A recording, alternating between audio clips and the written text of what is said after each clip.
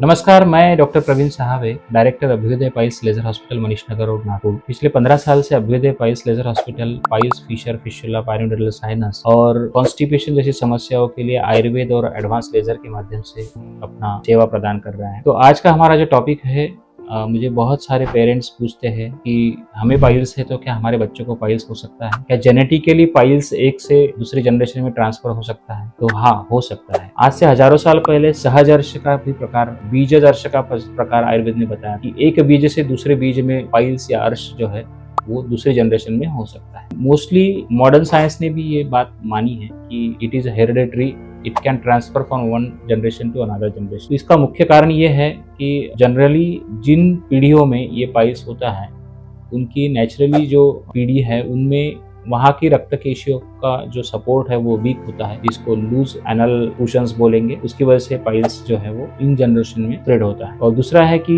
Lifestyle, अगर अगर बात करते हैं फॉर एग्जांपल कि एखादा व्यक्ति है जिसको पाइल्स हुआ है, जिसकी उम्र अभी 60 साल है और जिसका व्यवसाय सिर्फ बैठने का है या खाली शॉप है, सिर्फ बैठने का काम है। मोस्टली ऐसे कुछ प्रोफेशंस होते हैं या कुछ व्यवसायिक होते हैं कि जिनकी पीढ़ी दर पीढ़ी व्यवसाय चलते हैं कि आपको एखादी बड़ी कपड़े का दुकान है, कोई मॉल है या शॉप है, तो सिर्फ बैठने का काम होने की वजह से ये जनरेशन्स में भी आपकी ये पाइल्स की बीमारी दिन ब दिन स्प्रेड होती है। तो ज्यादा समय तक बैठना, ज्यादा समय तक खड़ा रहना, ये दोनों कारण पाइल्स का। साथ ही डाइट मॉडिफिकेशन, उच्च रक्तदाब, हेरिडिटरी कुछ बीमारियां होती है, इनकी वजह से भी पाइल्स की समस्याएं ज्यादा देखने के लिए मिलती है। मैंने देखा है कि जिन पीढ़ी में हेरिडिटरी डायबिटीज या मधुमेह की बीमारियां होती है, शुगर की बीमारी होती है, उन पेशेंट्स में एनोरेक्टल प्रॉब्लम्स ज्यादा होते हैं। इन्फेक्टेड फिशर होता है, इसकी वजह से पोस्ट फिशर फिस्टुला होता है, पेरियानल एब्सेस होते हैं।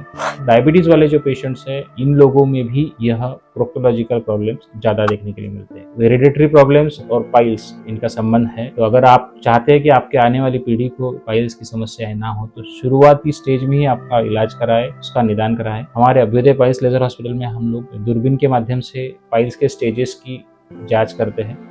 अगर आप अर्ली स्टेज में है तो डरने की कोई जरूरत नहीं, कोई ऑपरेशन की आवश्यकता नहीं है, आप दवाई से ठीक हो सकते हैं और आयुर्वेद के माध्यम से आप सुखी और समाधानी जीवन जी सकते हो। और आयुर्वेद की जुड़ी और जानकारियों के लिए और पाइल्स से संबंधित और जानकारियों के लिए आप हमारे यूट्यूब चैनल को सब्सक्राइब करें, शेयर करें और बेल आइकन को दबाना ना भूलें। धन्यवाद। जय हिंद, जय महाराष्ट्र।